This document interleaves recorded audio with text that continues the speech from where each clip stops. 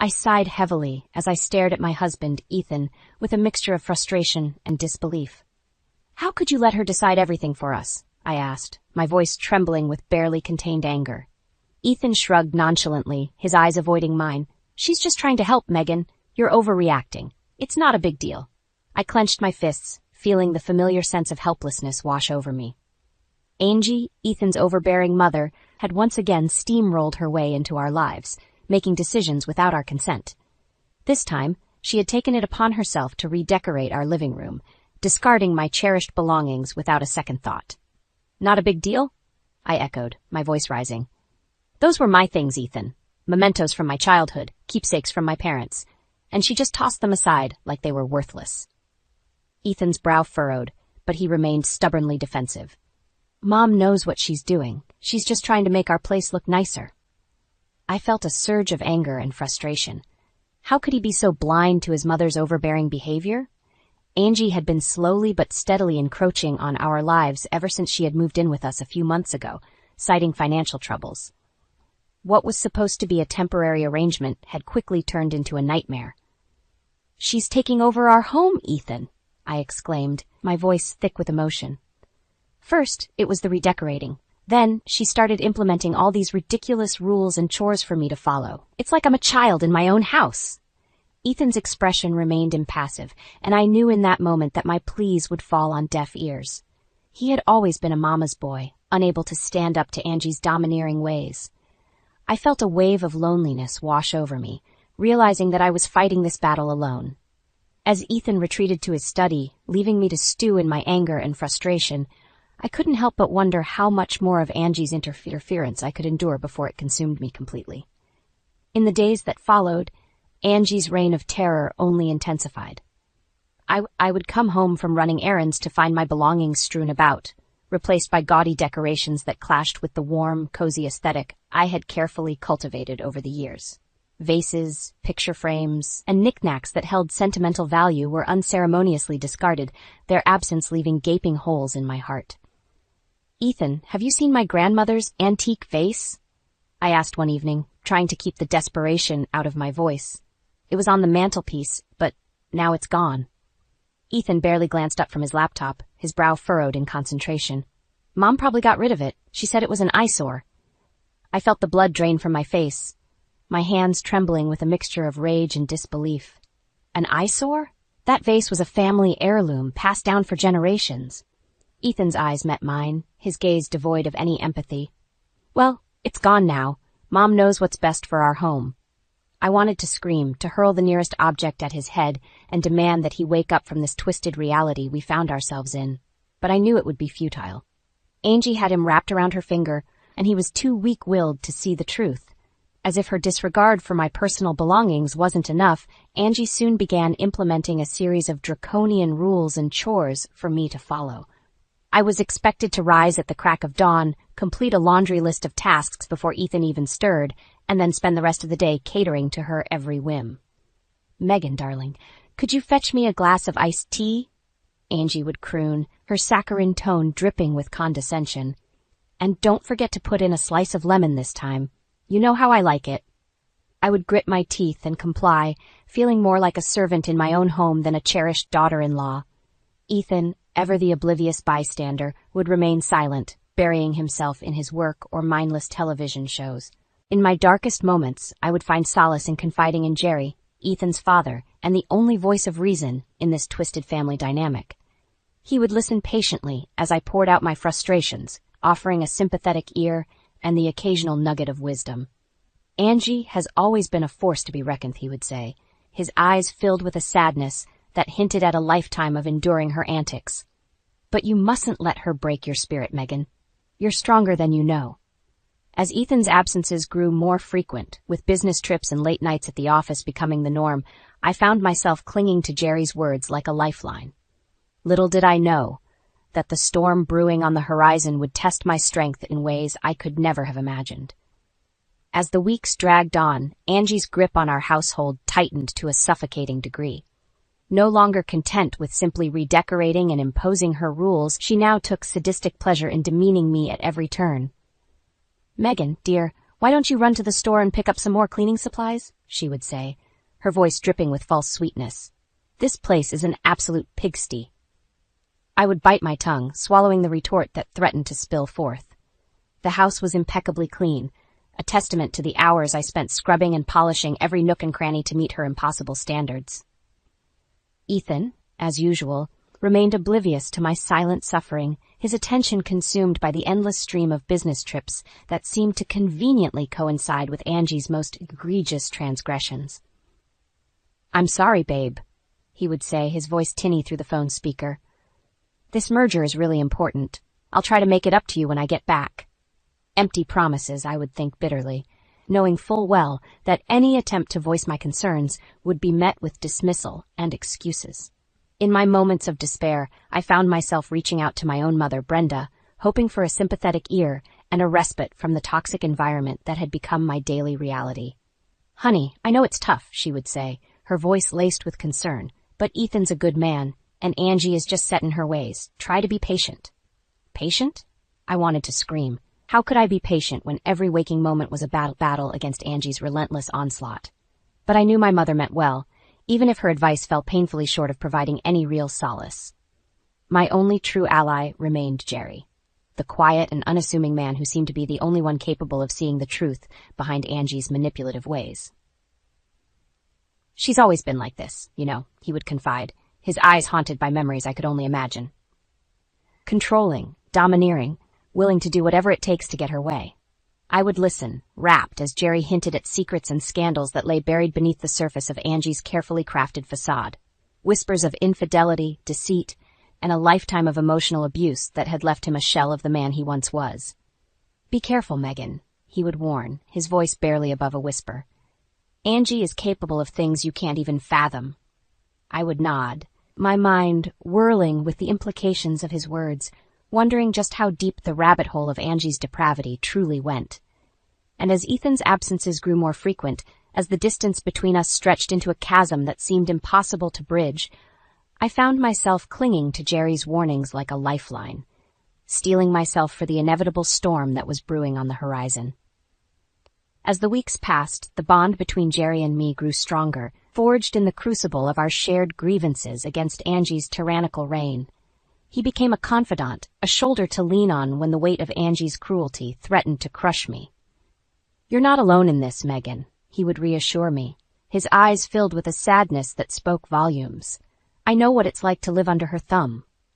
We would sit for hours, trading stories and commiserating over the depths to which Angie would stoop in her quest for control.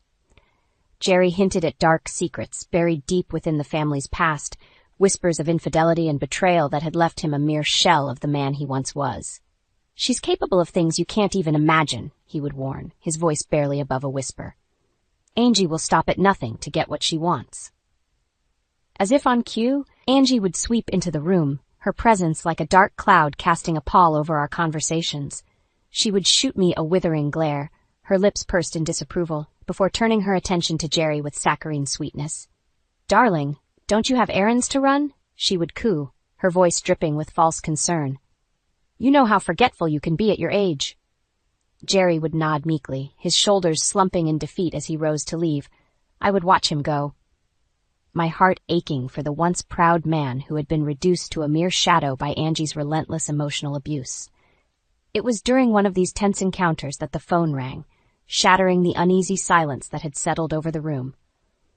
Angie answered with her usual saccharine greeting, only to have her expression shift to one of barely concealed rage. "Who is this?" she snapped, her eyes narrowing dangerously. "How dare you call here with your lies and accusations?" I watched, frozen in place, as Angie's face contorted with fury, her knuckles turning white as she gripped the receiver with trembling hands. After what felt like an eternity, she slammed the phone down, her chest heaving with rage. That was some delusional woman claiming to be your husband's mistress. She spat, her eyes boring into me with unbridled contempt. Can you believe the nerve of some people? I felt the blood drain from my face, my heart pounding in my ears. Ethan, my husband, the man I had sworn to love and cherish, was having an affair, and Angie knew about it? The pieces began to fall into place, Jerry's cryptic warnings taking on a new, sinister meaning. Angie's sudden move into our home, her relentless campaign to undermine and control me. It was all part of a twisted scheme, a web of lies and deceit woven with surgical precision. As the shock gave way to a burning fury, I knew in that moment that I could no longer sit idly by and allow Angie to dictate the course of my life. It was time to take a stand, to unravel the truth and expose the depths of her depravity, no matter the cost. With Jerry's reluctant help, I began to piece together the fragments of Angie's betrayal, steeling myself for the inevitable confrontation that would shake the very foundations of our twisted family dynamic. Armed with the knowledge of Ethan's infidelity and Angie's complicity, I knew I had to act quickly to gather undeniable proof. With Jerry's help, I tracked down the woman who had called, a woman named Lindsay Phillips. When we met at a cafe near her office, I was struck by her beauty and poise. She carried herself with a confidence that belied the turmoil she had unwittingly been dragged into. "I'm so sorry you had to find out this way," Lindsay said, her voice laced with genuine remorse. "Ethan told me you two were separated and that Angie was fully aware of our relationship." I felt my heart sink as she relayed the sordid details, how she had met Ethan at a work function, how he had charmed her with his wit and attentiveness, spinning a web of lies about his supposed marital troubles. Lindsay had been none the wiser, falling for his deceit hook, line, and sinker. Angie even encouraged it, she confessed, her eyes filled with shame. She would make thinly veiled comments about how I was keeping Ethan happy whenever we ran into each other. My hands trembled with rage as the full extent of Angie's machinations became clear. She had orchestrated this entire sordid affair, manipulating both Ethan and Lindsay like puppets on strings, all in service of her twisted desire for control.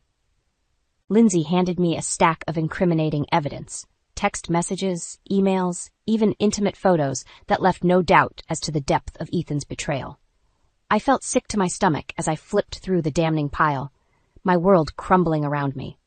"I'm so sorry," Lindsay repeated, her voice thick with emotion. "If I had known the truth, I never would have." I held up a hand, cutting her off. "It's not your fault," I said, my voice surprisingly steady. "You were just another victim in Angie's sick game."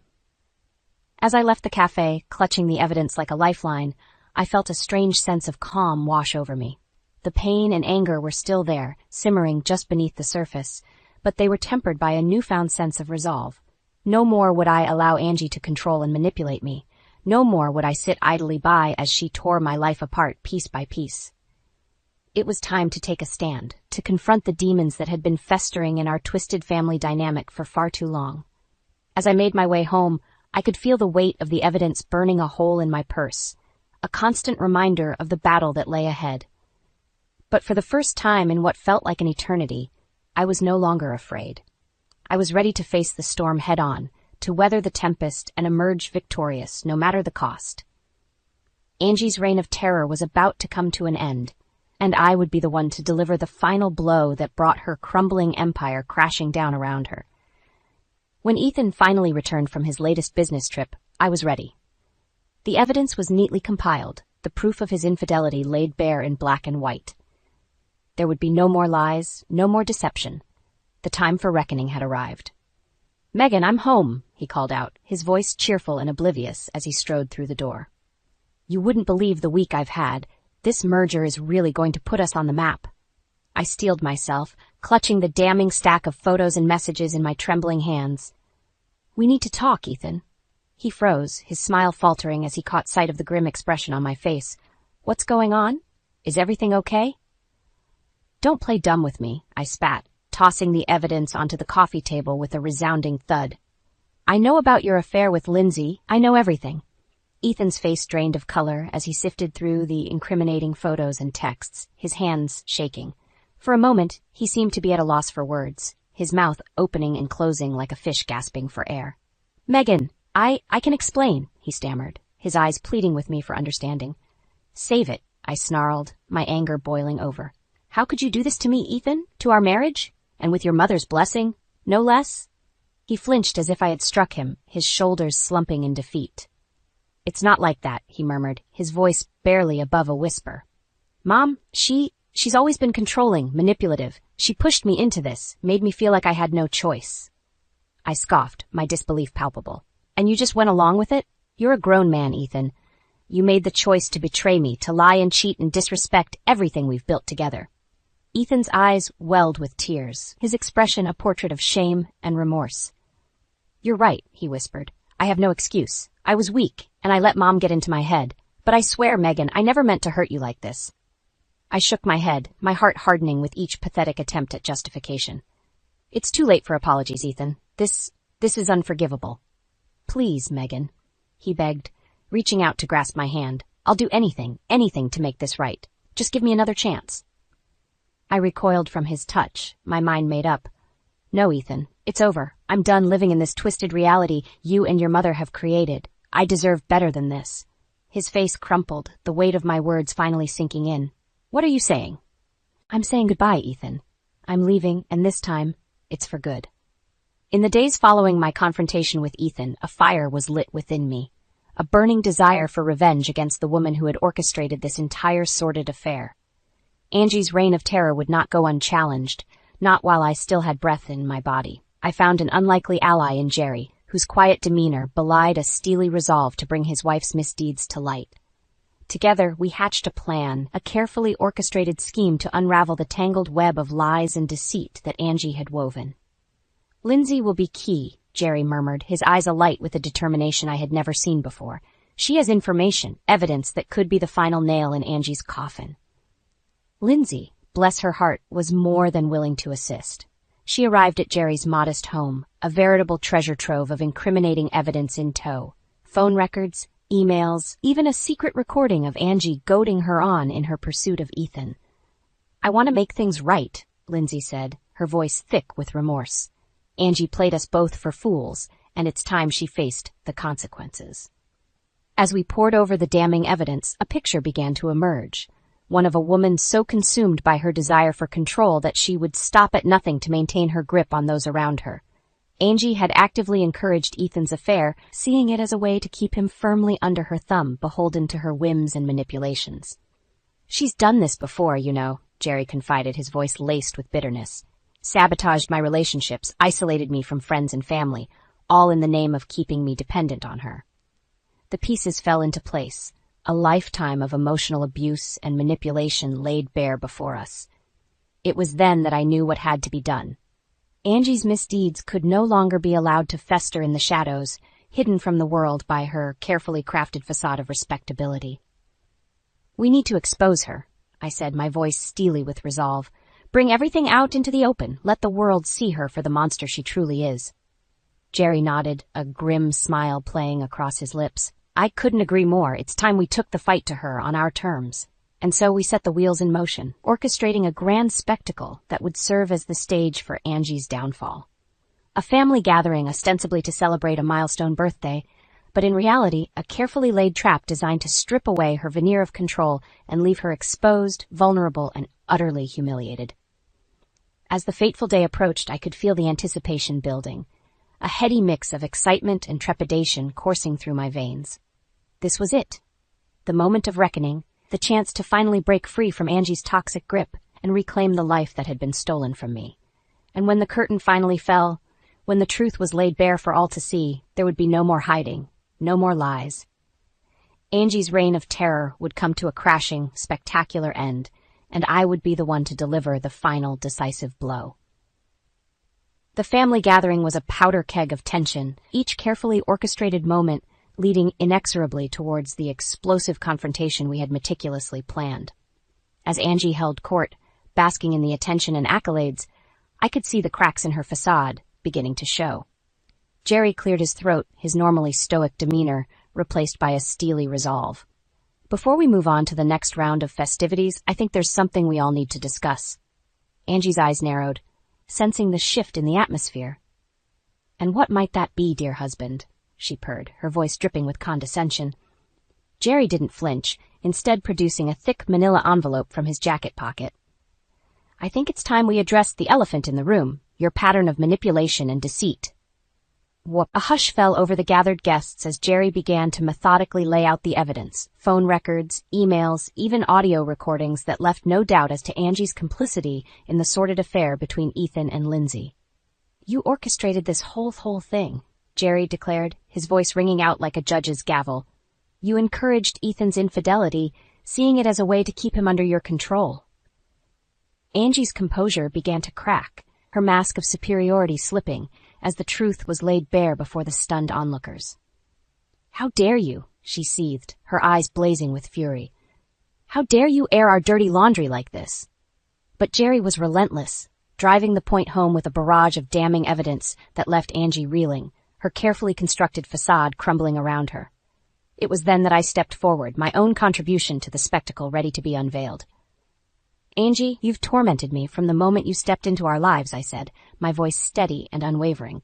"You've belittled me, undermined me, and tried to strip me of my autonomy and self-worth." Angie opened her mouth to protest, but I cut her off with a wave of my hand.